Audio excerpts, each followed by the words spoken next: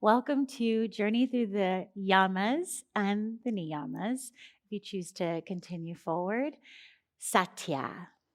Brought to you by One Down Dog on Demand. I'm Courtney, and I'll be guiding you through today. Just a quick lesson about what the Yamas and the Niyamas are, just so we're all on the same page. The Yamas and the Niyamas are the first and second limb of the eight limb path, which is outlined in the Yoga Sutras, which I always say is just kind of like the handbook to yoga, if you will.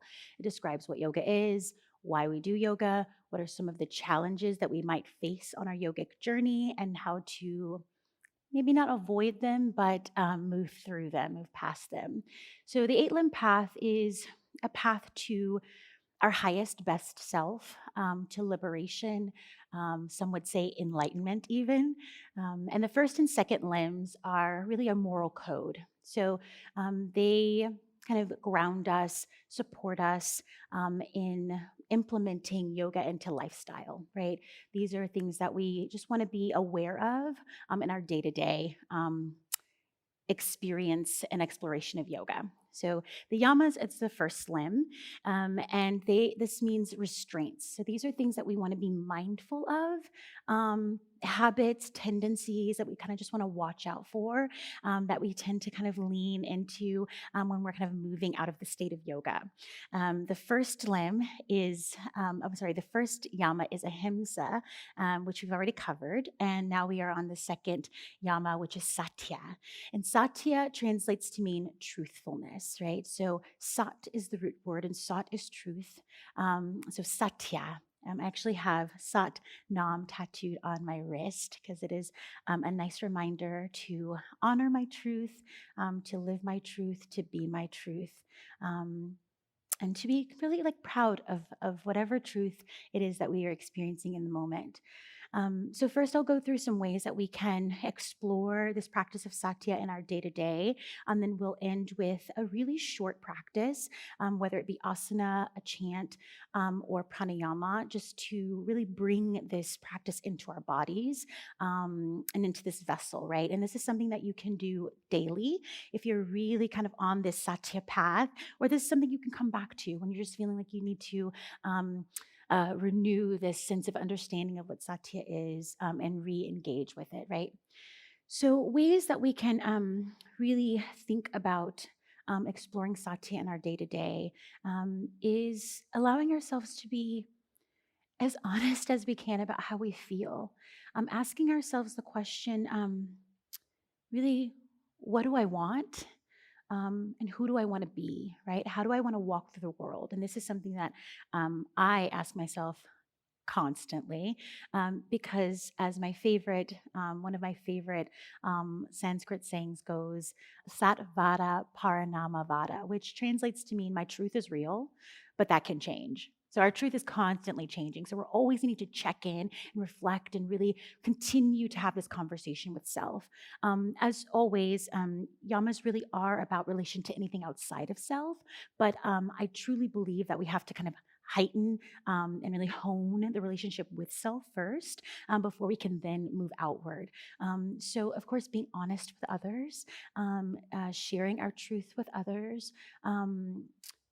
Being able to be transparent with others, as transparent as we possibly can, while also adhering to ahimsa. So we always kind of defer to the one before, right? So you don't want to be hurtful to anybody while still continuing to speak your truth and really honestly understanding that truth is changing. So, journaling can be a really wonderful way to incorporate satya into our everyday, our lifestyle, and again, really like thinking about these questions, asking ourselves these questions. Ways that we can kind of work with it in the body is anything that has to do with fifth chakra. So, throat, jaw, shoulders, really loosening up that space so that we feel that we can not only understand our truth, but also express it, right? And really put it out into the world and be unapologetically ourselves, which I think is something that kind of we are all, collectively like moving into.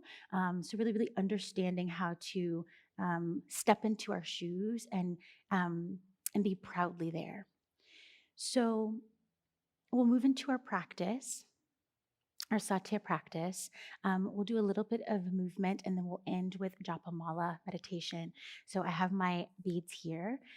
If you want to join along and get your mala beads, you can always pause, the beauty of on demand, and then you can come back and we can do our practice and then we'll end with these. Otherwise, I'll guide us, right? I'll be here to kind of support us with this. Come into a comfortable seat. Close your eyes.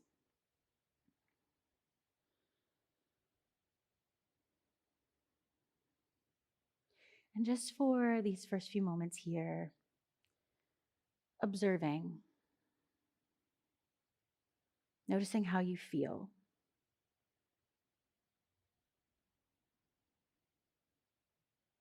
and noticing if you judge those feelings, if they're not um, what you deem to be acceptable.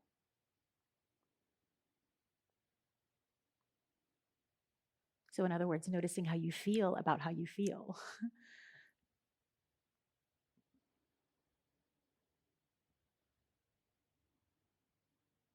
Just acknowledging it. I feel alive. I feel tired. I feel sad. I feel anxious. I feel excited. I feel joyful. I feel lethargic. I feel curious.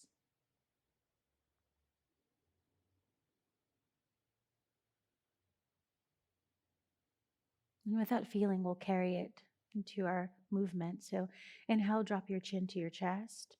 And as you exhale, roll your right ear to your right shoulder. So again, I'm going to mirror you. Inhale, chin to chest. And exhale, left ear to left shoulder. So I'm going to encourage you to try to keep your eyes closed. Inhale, chin to chest. Exhale, right ear to right shoulder. Just turning inward, thinking pratyahara, which is like withdrawal of the senses. Inhale, chin to chest. And exhale to the left.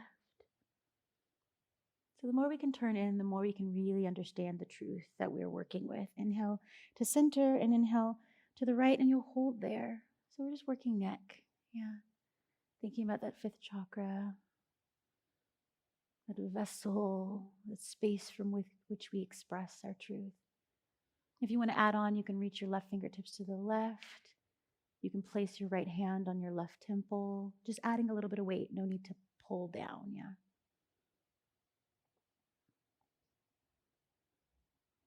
And if you add it on, go ahead and pull your arms back in, chin to chest, inhale. Left ear to left shoulder. Shoulders away from the ears. Soften your jaw.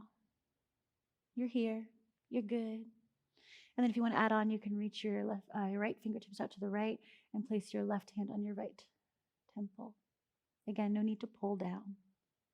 Let it be. Let it be. Let it be.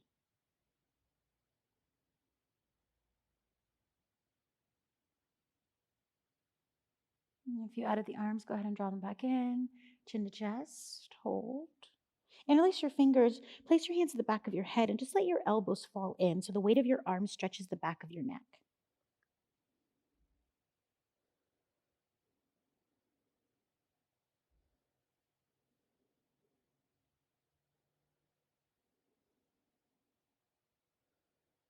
Release your arms and then lift your chin and start to tilt your head back. Just be really gentle with it. And then you can take your fingers and just kind of drag them down the sides of your throat. So these are the muscles in the front of the neck. They're called your scalenes. And I always think of like reptiles when I say that. And this is going to be really weird, but go with me. So you can take your peace fingers and your thumb and grab your chin. Let's see how this is going to work with this mic, yeah? And just start to open and close your mouth a few times. See if you can do so without moving the whole head. So we're loosening up the jaw, the hinge, and then maybe you can add some sound and go a little faster like this. Silly, right? Keep going. So using sound is really helpful. One more time. Laugh, it's fine. So using sound, singing, right? So we're going to end with our Japamala. Sat Nam is the chant or the mantra rather that we will use. I'm going to go ahead and grab mine. Grab yours if you like.